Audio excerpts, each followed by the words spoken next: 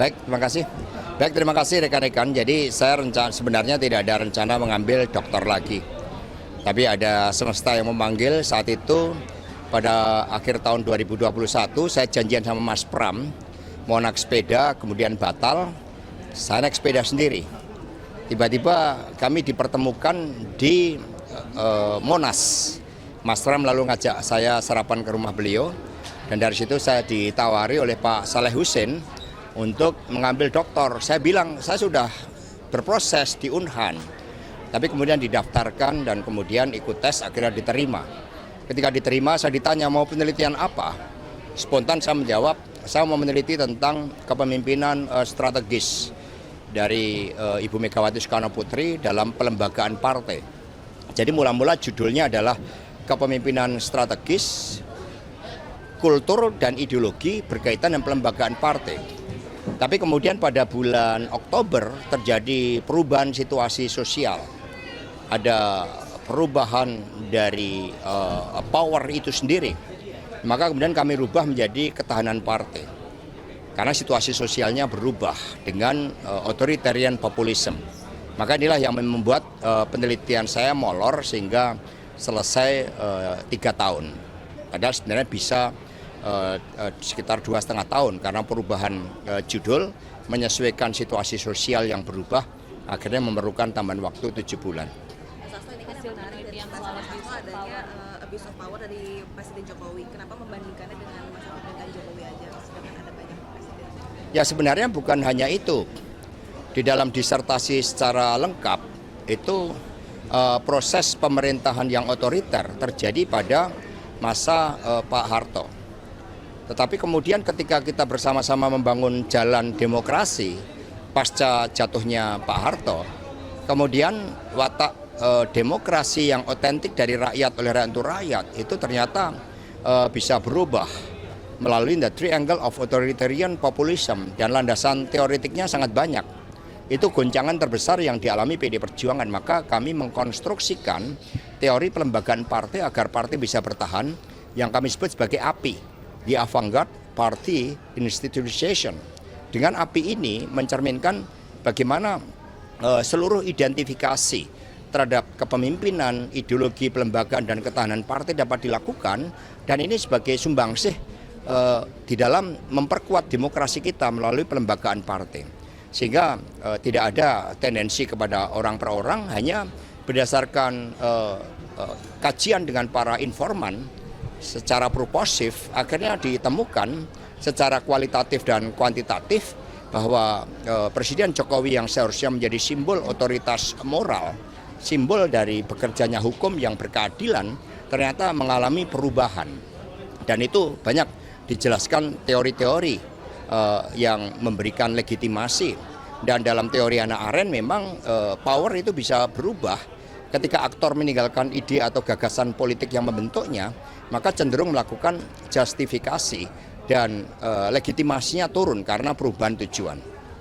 Mas, seberapa besar sih perubahan penelitian Mas itu kan dilakukan selama 3 tahun tuh, terus pas dinamika politik berubah saat Pilpres 2024, seberapa besar sih itu?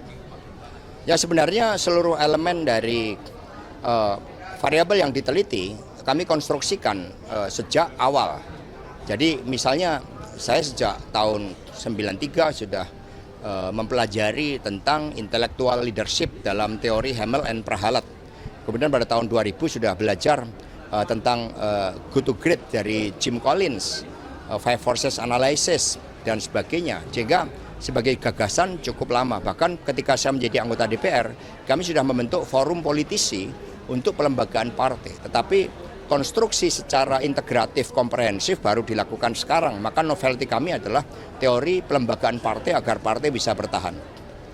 Mas, ini kan yang juga lagi ditunggu-tunggu dan jadi pertanyaan publik adalah pertemuan antara Ibu Mega dan juga Pak Prabowo Subianto. Sebetulnya itu pertemuannya betul akan terjadi sebelum pelantikan nggak sih, Mas? Atau udah pupus rencananya, Mas?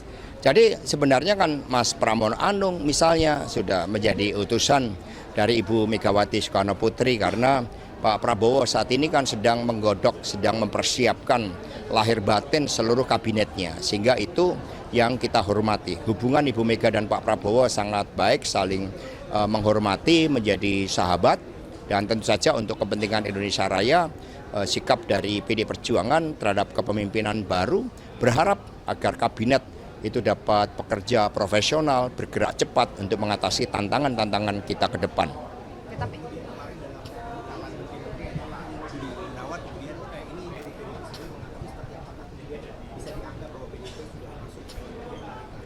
Ya kalau kita lihat hubungan antara Pak Budi Gunawan dengan Pak Prabowo memang hubungan yang baik karena kerjasama antara BIN pertahanan itu sebagai satu kesatuan konsepsi dan tidak bisa dipungkiri bahwa Pak Budi Gunawan juga pernah menjadi ajudan dari Ibu Megawati Soekarno Putri, tetapi beliau bukan anggota PDI Perjuangan sehingga sikap ya selama ini tugas sebagai kepala BIN juga dijalankan dengan baik sebagai mata telinga presiden. Secara empiris terbukti misalnya pada pemilu 2019 ketika beliau menjadi kepala BIN, PD Perjuangan kan dipercaya rakyat menang pemilu dengan kenaikan hanya 1,3%.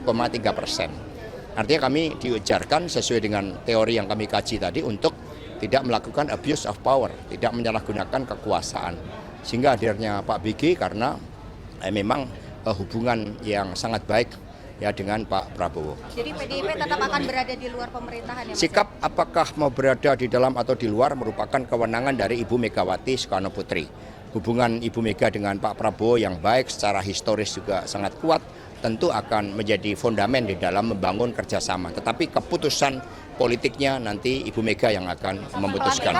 Bu Mega akan datang. Tapi Ibu mendukung Pak BG masuk kabinet karena selama ini Pak BG dekat dengan PDIP, Mas. Ya, tadi sudah saya jelaskan. Ya. Pak Mega. Ada dua hal untuk mau menegaskan aja.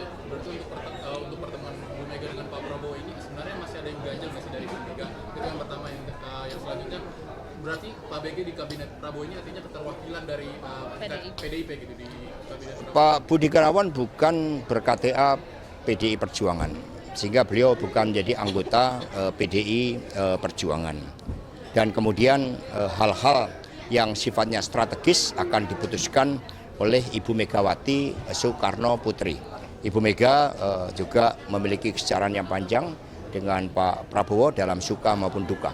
Bu Mega akan hadir pelantikan Mas Hasto. Ya, di dalam undangan memang sudah disampaikan oleh Bapak Ahmad Basarah, sehingga ini karena beberapa hari saya fokus menyiapkan tugas disertasi ini, ya nanti saya akan konfirmasi kepada rekan-rekan pers terkait dengan hal tersebut. Mas Hasto kan beberapa waktu lalu Waktu atau karena Pak Prabowo sudah bertemu? Sudah tidak ada, secara praktis tidak ada hambatan-hambatan karena memang kesejarahan dan tradisi dari Ibu Megawati Soekarno Putri dan PD Perjuangan adalah mengedepankan kepentingan rakyat, bangsa, dan negara. Sehingga kita doakan agar kabinet yang dibentuk, pemerintahan baru ke depan dapat mengemban tugas-tugas dan memenuhi janji-janji kampanyenya. Itu kita doakan dengan sebaik-baiknya. Ya, cukup ya.